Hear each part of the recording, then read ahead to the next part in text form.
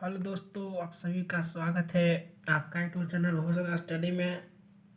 इस वीडियो में हम आप सभी को class 10th civics crash course 2024 इस वीडियो में हम आप सभी को चैप्टर 2 पॉलिटिकल साइंस के बारे में बताएंगे।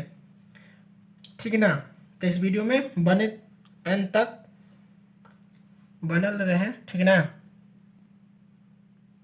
इससे हम आप सभी को आगे वाला चीज़ बता चुके हैं। हम आप सभी को हम आगे बताएंगे। आज हम आप सभी को बताएंगे कि सूची की संख्या यानी कि सूची क्या होता है, सूची किसे कहते हैं, सूची की संख्या क्या है। तो हमारी सूची की संख्या कितना है? 3 है। यानी कि पूछेगा कि सूची की संख्या कितना है? 3 है। कौन कौन सूची है? कि संघ सूची, राज्य सूची, समवर्ती सूची। यानी सूची की संख्या कितने हैं? तो सूची की संख्या मुख्य रूप से कितना है? 3 गो सूची की संख्या है। ठीक है। सबसे पहला है संघ सूची, राज्य सूची, संघ सूची, राज्य सूची, समवर्ती सूची। एक चौथा हो गया अपशिष्ट सूची। देखिएगा संघ सूची क्या है, यानी कि संघ सूची किसे कहते हैं? जिस विषय पर, यानी कि संघ सूची क्या है? जिस विषय पर केंद्र सरकार कानून बनाता है उसको हम संघ सूची कहते हैं। यानी कि हमारा भारतीय संविधान में सूची की जिक्र किया गया है जिसमें 3 सूची होता है। एक अपशिष्ट सूची भी जोड़ दिया गया, यानी कि मुख्य रूप से 4 गो, ऐसे बोले 3 गो ऐसे 4 गो। तो सबसे पहला होता है संघ सूची क्या है, यानी कि जिस विषय पर कानून केंद्र सरकार बनाता है उसको हम बोलते हैं संघ सूची। यानी कि जिस वैसा सूची, इसको परिभाषा बोल सकते हैं कि वैसा सूची जिस पर कानून केंद्र सरकार बनाते हैं उसको हम बोलते हैं कौन सूची? संघ सूची।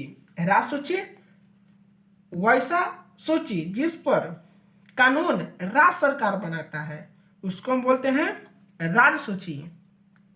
समवर्ती सूची क्या है? यानी कि समवर्ती सूची क्या है? यानी कि संघ सूची पाता हो गया कि वैसा सूची जिस पर कानून कौन बनाता है? केंद्र सरकार। और राज्य सूची वैसा सूची जिस पर कानून कौन बनाएगा? राज्य सरकार बनाएगा। कौन बनाएगा? राज्य सरकार बनाएगा। तो उसको बोलते हैं राज्य सूची। ठीक है। तो संघ सूची में कितना विषय है, यानी कौन कौन विषय पर कानून बनाएगा केंद्र सरकार और कौन कौन विषय पर कानून बनाएंगे राज्य सरकार, और समवर्ती सूची पर। ठीक ना? तो यहाँ लिखा हुआ है संघ सूची का परिभाषा, जिस विषय पर केंद्र सरकार कानून बनाते हैं या बनाती है तो उसे हम संघ सूची कहते हैं। इसमें पहले 97 विषय था, यानी कि हमारे संघ सूची में पहले कितना विषय था? 97 विषय था, जो वर्तमान में 100 विषय हो चुका है। यानी कौन कौन विषय पर केंद्र सरकार कानून बनाने का अधिकार है? जैसे अंतर्राष्ट्रीय नियम। अंतर्राष्ट्रीय कहने के मतलब हुआ है कि देश विदेश में जो भी नियम बनता है उस पर कानून बनाने के अधिकार सिर्फ किसको है? सिर्फ केंद्र सरकार की है। सिर्फ किसका है? केंद्र सरकार की है। जिससे सेना का कौन सा नियम बनाएंगे उसको नियम बनाने के अधिकार सिर्फ केंद्र सरकार का है। रेलवे में कोई भी नियम बनाना है, कानून बनाना है, उसको नियम कानून कौन बनाएंगे? केंद्र सरकार। बैंकिंग के बारे में, जो भी बैंक के बारे में नियम बनाने के लिए जिसका कौन बना सकते हैं? केंद्र सरकार। का राज्य सरकार बना सकते हैं? नहीं। का अंतर्राष्ट्रीय नियम है, अंतर्राष्ट्रीय नियम पर क्या राज्य सरकार, क्या देखिएगा, क्या राज्य सरकार कानून बना सकता है? नहीं, राज्य सरकार कानून बनाने का उनका अधिकार नहीं है। किस पर? संघ सूची वाला विषय पर राज्य सरकार कानून नहीं बना सकते हैं। तो जैसे अंतर्राष्ट्रीय नियम, ये अंतर्राष्ट्रीय नियम के बारे में कौन कानून बनाएंगे? केवल संघ सूची, यानी कि राज्य सरकार। सेना के बारे में केंद्र सरकार, रेलवे के बारे में केंद्र सरकार, बैंकिंग के बारे में केंद्र सरकार, और जनगणना के बारे में कौन? केंद्र सरकार। यानी कि ऐसे ऐसे आप सभी को 100 विषय है जिसमें जो परीक्षा में पूछने की संभावना है 1 2 3 4 5 गो आप बता चुके हैं। अगला आ गया बाबू राज्य सरकार। कौन आ गया? राज्य सरकार। वैसा सूची जिस पर राज्य सरकार कानून बनाता है तो उसे हम राज्य सूची कहते हैं। इसमें 61 विषय है। पूछने की संभावना है, बताइए राज्य सरकार में कितना विषय है? 61 विषय है वर्तमान, अभी वर्तमान, जिस पर कौन कानून बनाएगा? राज्य सरकार बनाएगा। जबकि संघ सूची में कितना विषय है वर्तमान में? 100। ठीक है, जैसे पुलिस के बारे में कुछ चीज नियम बनाने के लिए रहेगा तो कौन बनाएंगे? राज्य सरकार। सेना के बारे में कुछ बनाने के लिए रहेगा तो कौन बनाएंगे? सेना के बारे में ही संघ सूची बनाएगा, सेना के बारे में संघ सूची बनाएगा। जबकि पुलिस के बारे में कुछ कानून बनाना है तो राज्य सरकार। मेला वाले के बारे में कुछ बनाना है, नियम कानून ना बनता है मेला वाला के बारे में नियम कानून, तो उसके बारे में कौन बनाएंगे? राज्य सरकार। शांति सुरक्षा के बारे में कौन बनाएंगे? राज्य सरकार। खेती उती के बारे में, खेती कौन बनाएंगे? राज्य सरकार। खेती हो गया। अब प्लस एक और जेल होता है, काची जेल उल के बारे में कौन कानून बनाएंगे? जेल उल के बारे में कानून कौन बनाएंगे? जाके राज्य सरकार। तो समझ में आ गया? पहला सूची का चाहिए बाबू? पहला सूची है संघ सूची। संघ सूची क्या है? वैसा सूची जिस पर कानून कौन बनाएगा? केंद्र सरकार। उसे राज्य सूची, ठीक ना, जिस पर केंद्र सरकार कानून बनाएगा उसे संघ सूची, राज्य सूची नहीं, संघ सूची। अगला राज्य सूची, जिस पर कानून किसका बनाने के अधिकार है? राज्य सरकार के, तो उसे हम राज्य सूची। जैसे पुलिस के बारे में कानून कौन बनाएगा? राज्य सूची। मेला के बारे में राज्य सूची। शांति सुरक्षा के बारे में राज्य सूची। खेती के बारे में राज्य सूची। जेल के बारे में राज्य सूची। पूछेगा परीक्षा में 1 नंबर के पूछता है, या तो संघ सूची से पूछे या तो राज्य सूची से पूछे। इसके बाद हम बताएंगे सभी को समवर्ती सूची। समवर्ती सूची देखिए, यानी कि संघ सूची समझ में आ गया, संघ सूची, राज्य सूची समझ में आ गया। अब आ गया समवर्ती सूची। देखिएगा ये समवर्ती सूची है ना, इस पर कोई भी कानून बनाने के लिए रहेगा ना तो केंद्र सरकार प्लस राज्य सरकार दोनों मिलकर काची करेंगे? कानून बनाएंगे। तो देखिएगा जिस विषय पर दोनों मिलकर कानून बनाते हैं, दोनों मिलकर कौन? हम नहीं, केंद्र सरकार प्लस राज्य सरकार। केंद्र सरकार यानी कि नरेंद्र मोदी, और जबकि राज्य सरकार यानी कि नीतीश कुमार। जिस विषय पर दोनों मिलकर कानून बनाते हैं तो उसे हम समवर्ती सूची कहते हैं। इसमें वर्तमान 52 विषय शामिल है। 52 विषय ऐसा है जिस पर कानून बनाने के अधिकार केंद्र सरकार प्लस राज्य सरकार के है। यदि ये समझिएगा, यही मेन है, यदि एक ही विषय पर केंद्र सरकार और राज्य सरकार, यानी कि केंद्र और राज्य सरकार अलग अलग कानून बनाती है तो केंद्र सरकार का कानून मान होगा। कहने का अर्थ हुआ कि अगर कोई कानून बनता है, अगर समवर्ती सूची के अनुसार अगर कोई कानून बनता है, तो समवर्ती सूची पर कानून बनेगा तो उस पर केंद्र सरकार राज्य सरकार दोनों का अधिकार है। कोई कानून बन गया और केंद्र सरकार अलग कानून बना रहा है और राज्य सरकार अलग कानून बना रहे हैं समवर्ती सूची के अंतर्गत, तो इसमें किसका कानून मान होगा? इसका कानून मान होगा मुख्य रूप से समवर्ती सूची, यानी कि केंद्र सरकार के कानून मान होगा, ठीक ना। जैसे शिक्षा के बारे में कोई भी कानून बनाएगा, यानी कि केंद्र सरकार भी बना दिए और राज्य सरकार भी बना दे, दोनों मिलकर इसमें शिक्षा के बारे में कानून बना दिए, तो किसका मान होगा ज्यादा? मान दोनों को होगा। अगर दोनों में बहस हो गया तो मुख्य रूप से केंद्र सरकार वाला कानून मान हो जाएगा। जनसंख्या क्या हो जाएगा? जनसंख्या के बारे में अगर जनसंख्या चाहेगा कि ना हम जनसंख्या गिनेंगे, यानी कि राज्य सरकार बोलेंगे ना हम जनसंख्या गिनेंगे, केंद्र सरकार बोलेंगे नहीं जनसंख्या भी नहीं गिनने देंगे, तो कौन गिन सकता है? हाँ, अगर बोलेंगे केंद्र सरकार तो गिनो तो गिना सकता है, राज्य सरकार भी बोले तो हाँ गिनो तो गिनो, दोनों मिल के अगर बोलेगा कि हाँ कि गिन सकते हैं तो समवर्ती सूची में आ जाएगा। अगला देखिएगा वन उनके बारे में कोई भी कानून बनाने के लिए रहेगा, वन उनके बारे में कानून बनाने के लिए रहेगा तो वन के बारे में कौन कानून बनाएंगे? दोनों मिलकर, यानी कि केंद्र सरकार और राज्य सरकार। अगर इस पर बहस होता है तो जीत किसका होता है? अगर इस पर बहस हो जाएगा तो इस पर जीत हो जाएगा केंद्र सरकार के। अगला रोजगार के बारे में कौन किसके अंतर्गत आता है? समवर्ती सूची। वन जीवन के बारे में, यानी कि वन में रहने वाले जीव को वन प्राणी बोलते हैं, वन जीवन, तो उस पर कौन बना सकता है कानून? उस पर कानून बनाने का अधिकार सिर्फ है केंद्र सरकार राज्य सरकार दोनों का, लेकिन बहस होगा तब केंद्र सरकार जीत जाएगा, राज्य सरकार हार जाएगा। अगला अपशिष्ट सूची। इसमें कानून या बदलने का अधिकार सिर्फ केंद्र सरकार की होती है, यानी कि अपशिष्ट सूची है इसमें अगर कानून कोई भी बन गया या बनाना चाहते हैं तो मुख्य रूप से कौन बनाएंगे? केवल केंद्र सरकार बनाने के अधिकार है। इस सबसे सूची जैसे परमाणु परीक्षण, साइबर क्राइम, इसके बारे में कौन कानून बनाएंगे? केवल केंद्र सरकार बनाएंगे। ठीक है ना, समझ में आ गया होगा। एक बार फिर से हम बताते हैं शॉर्ट में। सूची की संख्या कितना है? सूची की संख्या कितना है? 3 है। सबसे पहला संघ सूची, राज्य सूची और अपशिष्ट सूची या समवर्ती सूची। तो संघ सूची जिस पर कानून बनाने का अधिकार सिर्फ केंद्र सरकार को, तो संघ सूची कहते हैं। ठीक है, और राज्य सूची जिस पर कानून बनाने का अधिकार सिर्फ राज्य सरकार के है, तो उसे हम राज्य सूची बोलते हैं। समवर्ती सूची जिसमें केंद्र सरकार प्लस राज्य सरकार दोनों मिलकर कार्य करते हैं, कानून बनाते हैं, तो उसे हम समवर्ती सूची कहते हैं। अपशिष्ट सूची इस पर कानून बनाने के अधिकार या बदलने के अधिकार सिर्फ केंद्र सरकार को होता है। ठीक, समझ में आ गया होगा, धन्यवाद। आगे देखिएगा, भारतीय संघीय शासन व्यवस्था की मुख्य विशेषता, यानी कि संघीयवाद क्या हम बता दिए थे, जिस पर केंद्र सरकार और राज्य सरकार दोनों मिलकर शासन करेगा, उसे हम संघीय शासन व्यवस्था कहते हैं। इसकी मुख्य विशेषता को लिखें। यूपी परीक्षा में सिर्फ 2 अंक पूछने की संभावना है, पूछ सकता है कि संघीय, देखिएगा यहाँ सभी को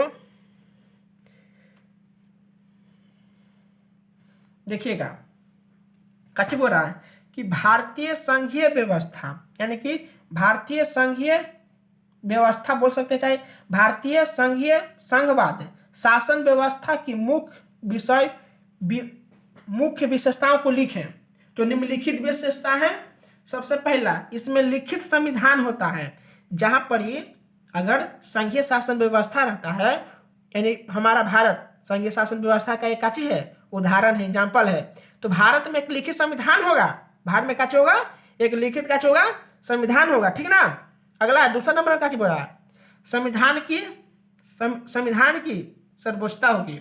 अगला है कि केंद्र राज्य तथा स्थानीय स्तर पर बंटवारा होता है। जहां पर अगर संघवाद रहता है, यानी कि संघीय शासन व्यवस्था रहता है, जैसे हमारा भारत है, तो हमारा भारत में संघीय शासन व्यवस्था, यानी कि संघीय शासन व्यवस्था है, बात सही है। इसमें केंद्र सरकार प्लस राज्य सरकार दोनों मिलकर शासन करेगा, तो कर सकता है, बात सही, तो करेगा। तो इसमें सबसे पहला विशेषता है, तो हमारा भारत में लिखित संविधान होना चाहिए। ठीक ना। अगला है संविधान की सर्वोच्च होना चाहिए। तीसरा है कि केंद्र राज्य तथा स्थानीय स्तर पर बंटवारा होता है, यानी कि केंद्र सरकार अलग काम करेगा और राज्य सरकार अलग करेगा, स्थानीय सरकार अलग करेगा। ठीक है ना। अगला देखिएगा, अगला है पचमा, अगला का चीज चौथा है, उसके बाद पचमा है। अगला देखिएगा, अलग अलग सरकार, यानी कि भारतीय संघीय व्यवस्था का विशेषता में अलग अलग का होगा, सरकार होगा। संविधान द्वारा केंद्र और राज्य के बीच शक्ति का बंटवारा होता है। शक्ति का होता है बंटवारा, यानी कि केंद्र सरकार का अलग अलग शक्ति मिलल है और राज्य सरकार का अलग शक्ति मिलल है। अगला है, नोट में पूछने की संभावना है, संकट के समय राज्य सरकार की सारी शक्ति केंद्र सरकार के पास चलता है। अगर कोई भी संकट चलाएगा, राज्य में, तो उसकी सारी शक्ति, यानी कि सारी शक्ति केकर हाथ में चल जाएगा, तो सारी शक्ति चल जाएगा जाके केंद्र सरकार के हाथ में। कहाँ चल जाएगा? केंद्र सरकार के हाथ में चला जाएगा। अगला है, संघात्मक शासन व्यवस्था के प्रमुख लक्षण कौन कौन है जो भारत के लिए आवश्यकता है, यानी कि महत्वपूर्ण आवश्यकता है।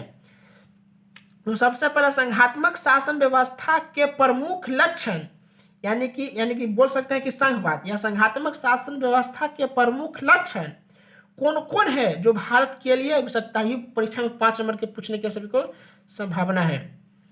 संघात्मक शासन व्यवस्था के प्रमुख लक्षण कौन कौन है जो भारत के लिए आवश्यकता, यानी कि जरूरी है। तो सबसे पहला प्रमुख लक्षण है, सबसे पहला लिखित संविधान होना चाहिए। कौन संविधान होना चाहिए? सबसे पहला हो जाएगा आप सभी को लिखित संविधान होना चाहिए। कौन संविधान होना चाहिए? आप सभी को लिखित संविधान होना चाहिए। ठीक है ना। अब समझिएगा बढ़िया से। सबसे पहला लिखित संविधान, दूसरा है कठोर संविधान।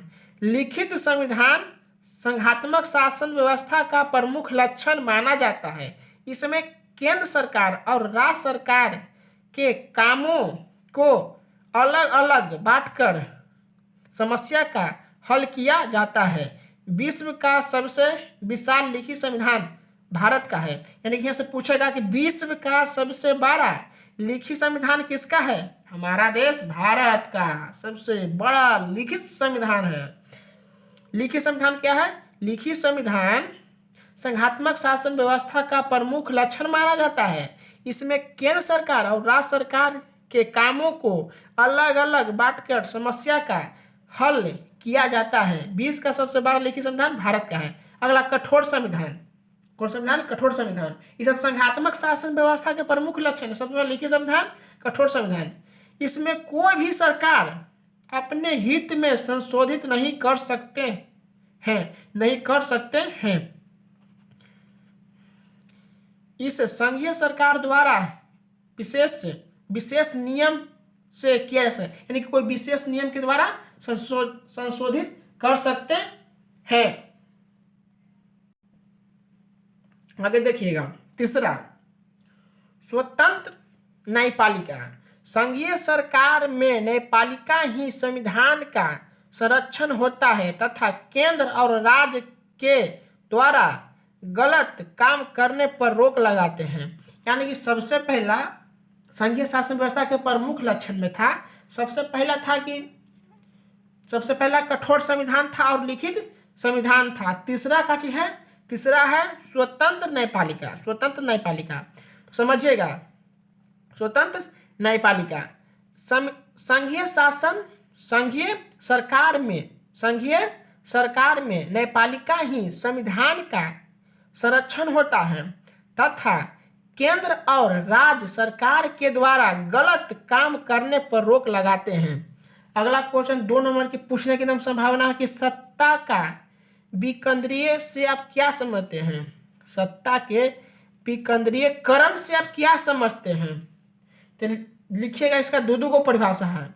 इसका जो हम परिभाषा निकाले हैं, सत्ता का विकेंद्रीयकरण से आप क्या समझते हैं? ये जितना परिभाषा फुल्ली एनसीईआरटी का है, फुल्ली का चीज है बाबू, एनसीईआरटी का है, जो परीक्षा में एकदम पूछने की संभावना रहता, प्योर एनसीईआरटी का, ठीक है ना। सबसे पहले सत्ता का विकेंद्रीयकरण से क्या समझते हैं? जो सत्ता है, देखिएगा बढ़िया से, सत्ता का विकेंद्रीयकरण से आप क्या समझते हैं? तो देखिएगा, इसका आंसर ये भी है और इसका आंसर ये भी है। ये दोनों में से आप कोई भी परीक्षा में लिख सकते हैं। देखिएगा, पहले ये समझा देते हैं। जब केंद्र सरकार और राज्य सरकार, यानी केंद्र सरकार कहने के मतलब कौन? प्रधानमंत्री, और राज्य सरकार कहने का मतलब मुख्यमंत्री। समझिएगा बढ़िया से। जब केंद्र सरकार और राज्य सरकार अपनी शक्ति को, यानी जब केंद्र सरकार और राज्य सरकार अपनी शक्ति को स्थानीय सरकार के प्रदान कर देता है तो उसे सत्ता का विकेंद्रीयकरण कहते हैं। समझ में आ गया होगा सत्ता का विकेंद्रीयकरण क्या है? तो लिखिएगा कि जब केंद्र सरकार और राज्य सरकार,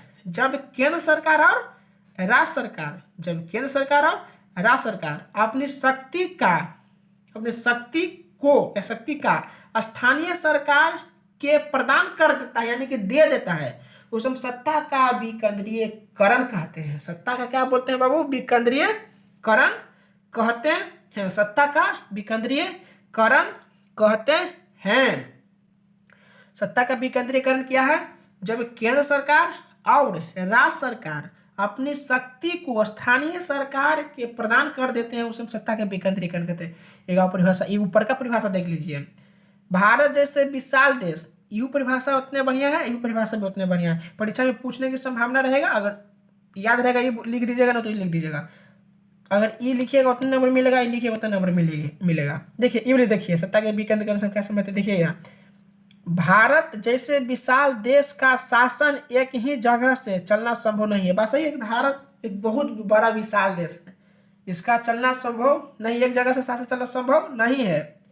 इसलिए भारत की शासन व्यवस्था को 3 भाग में बांट दिया गया है। सबसे पहला केंद्र स्तर पर केंद्र सरकार, राज्य स्तर पर राज्य सरकार, जिला स्तर पर स्थानीय सरकार। ये सभ्य लिख दीजिएगा, याद हो जाएगा। तो आप 2 नंबर देगा बहुत बढ़िया से।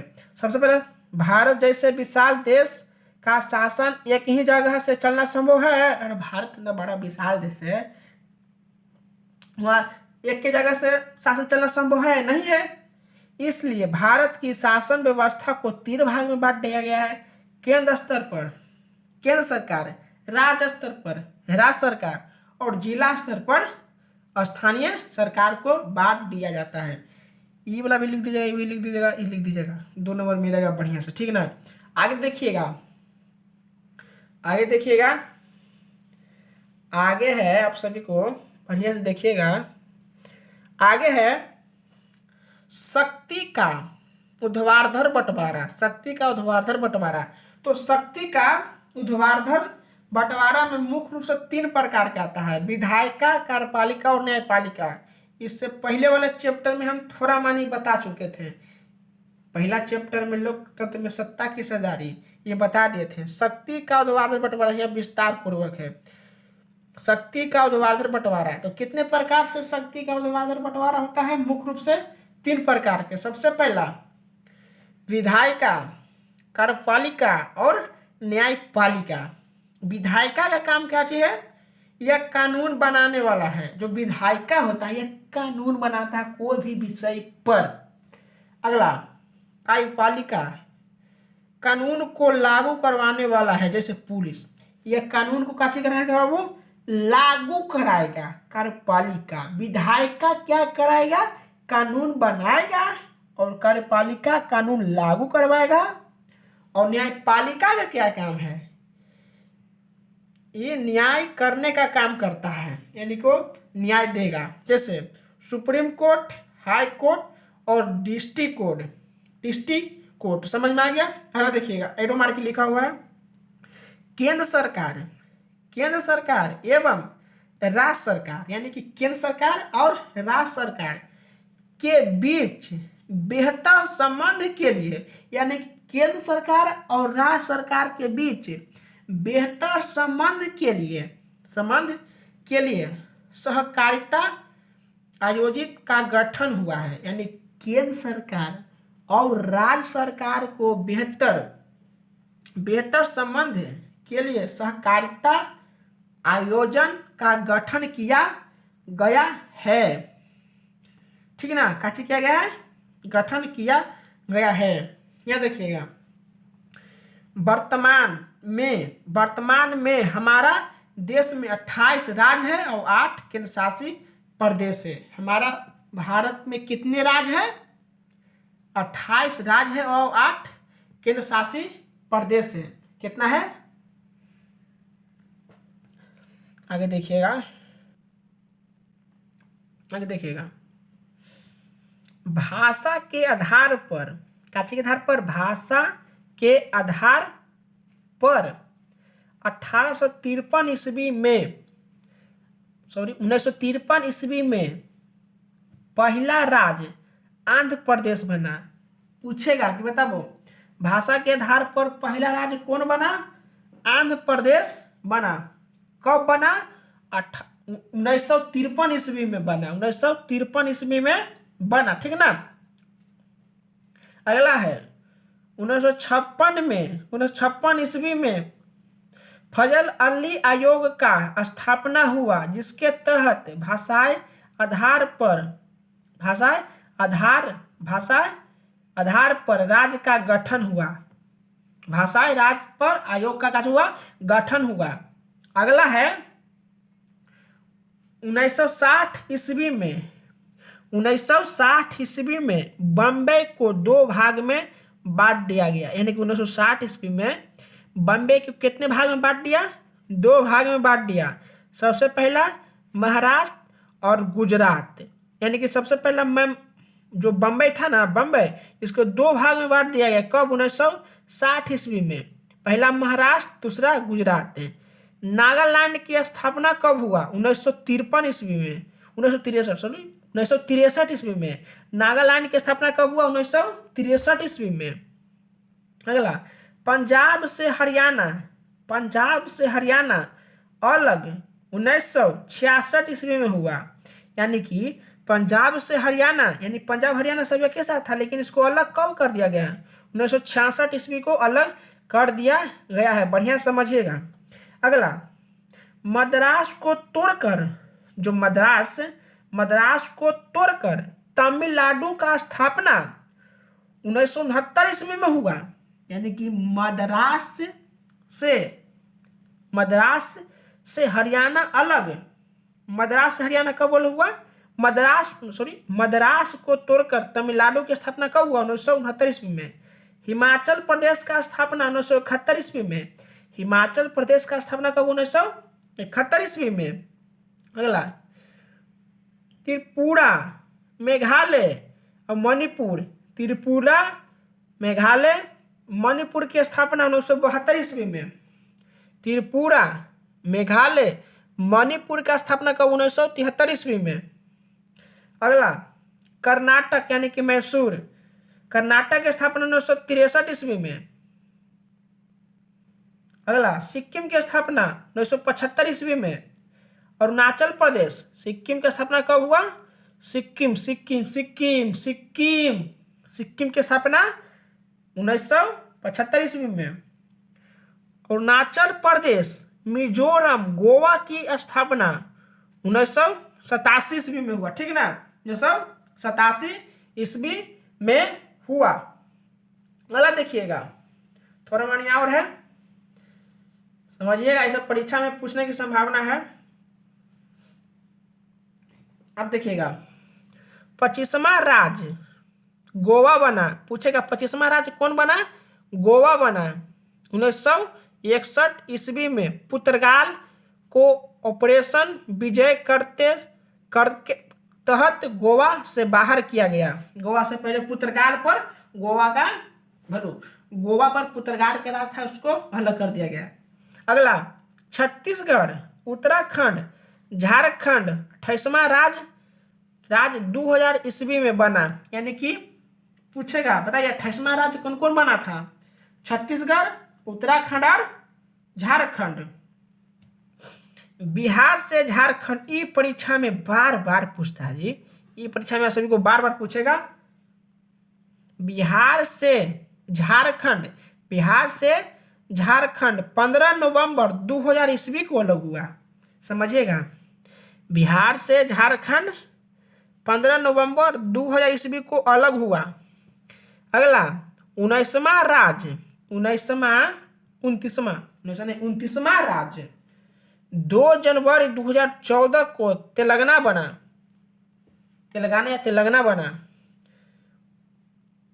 29वां राज्य 2 जून 2014 को तेलंगाना बना।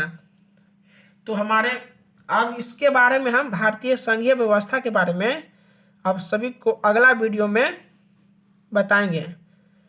तो हमारा यूट्यूब चैनल भूषण स्टडी को लाइक, सब्सक्राइब, शेयर करिएगा। इसी तरह से हम इस चैप्टर में एक वीडियो और उपलब्ध कराएंगे। उसके बाद दूसरा लेसन खत्म हो जाएगा। उसके बाद आप सभी को हम तीसरा लेसन पर आएंगे। उसके बाद पॉलिटिकल साइंस खत्म हो जाएगा। अभी 5 लेसन है, उसमें से 3 लेसन पढ़ाएंगे, 4 चौथा उसी करके खत्म करेंगे। वो सब छोटा छोटा लेसन है, यही लेसन पर भार। उसके बाद फिर सब छोटा छोटा लेसन है। उसके बाद फिर हम ज्योग्राफी चालू करेंगे। उसके बाद सभी विषय को खत्म कर देंगे। तो हमारे चैनल को सब्सक्राइब करिएगा। सभी को धन्यवाद।